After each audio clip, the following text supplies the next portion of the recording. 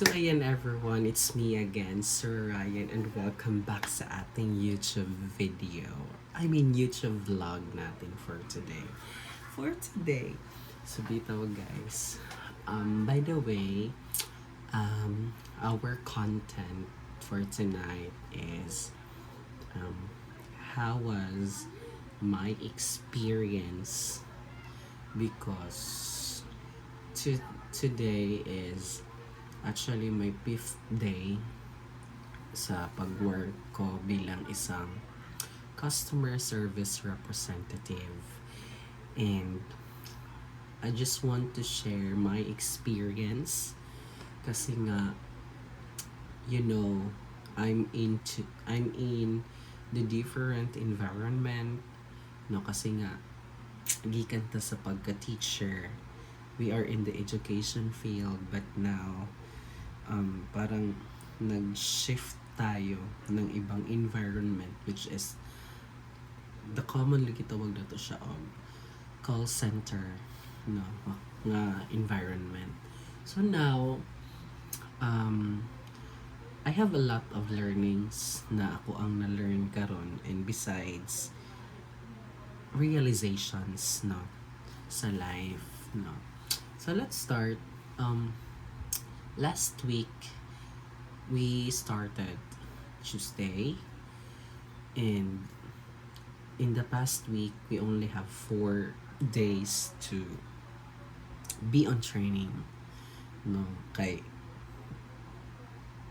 parang ang Monday is parang free day namin, no, and I don't know what was the reason, kasi nga sinabihan lang kami na we will start by Tuesday. So Tuesday we just had our orientation,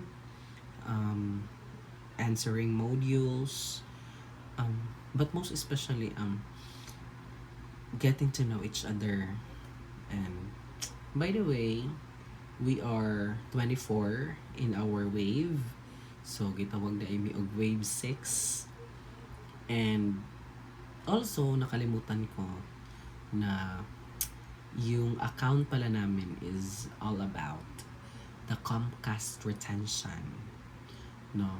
So I will give you initial background kung ano yung Comcast retention. So yun, we are 24, and some of us don't have BPO experience. To be exact, we are 8 na mga virgin, sabi nga ni boss, yung bossing nila, Ma'am Jinky.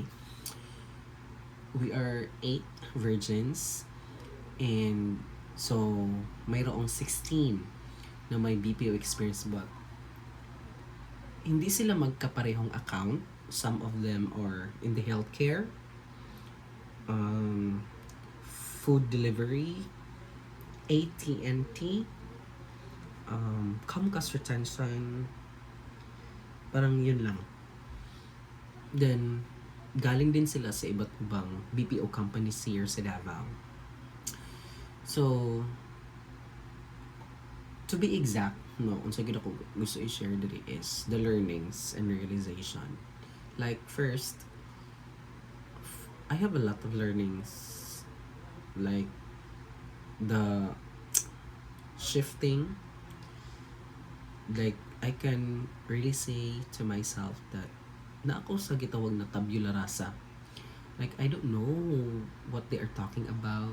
I don't know kung unsa ko i-approach. I don't know how to answer, how to deal with customers, kasi nga bago siya sa akin. And yun, I also learned how to deal with the personas, no, the customers, the different kinds of customers that we can be dealing with sa call center experience. So yun, ang dami kong learnings, and tatalago na ko guys. Kabalo na kong ano din call center. So karon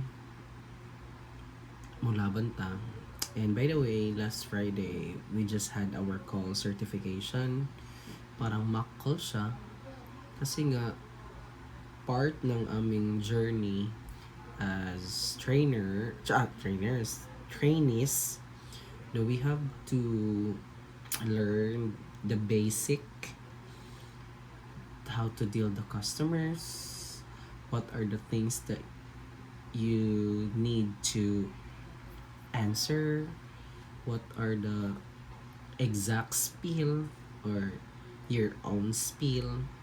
Kasi may format din how to respond with the customers. So, na-learn ko yan, no, throughout the training. And ngayon, today, is our 5th day. Sabi ko nga, nag-ano din kami kanina. We had our mock calls, practices. Like, to be exact, we just had our topic. We have our topic about the 6 compass catalysts na pwede lang natin makita sa Compass Navigator. And yung how to save attempt sa customers. Like for example, if they will disconnect the service, if they will downgrade the service, like they will be moving out or mag-transfer sila ng ibang state. Like parang ganyan. Yan yung mga learnings ko. And I realized that no matter what your status, what's your background, magtatagpo pala lahat sa call center.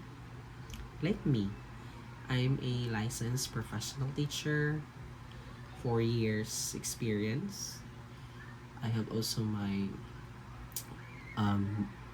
friend or best friend ko na, which is si Nika.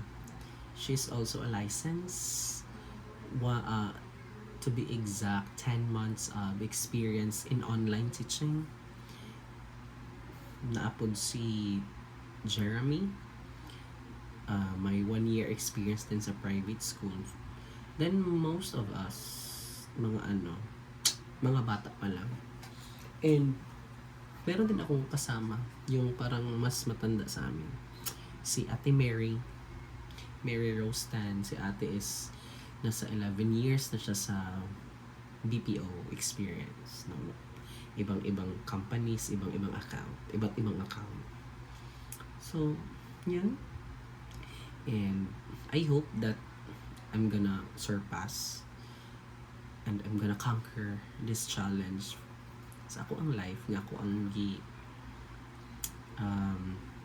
face right now. Okay, so maybe that will be our content for tonight, no?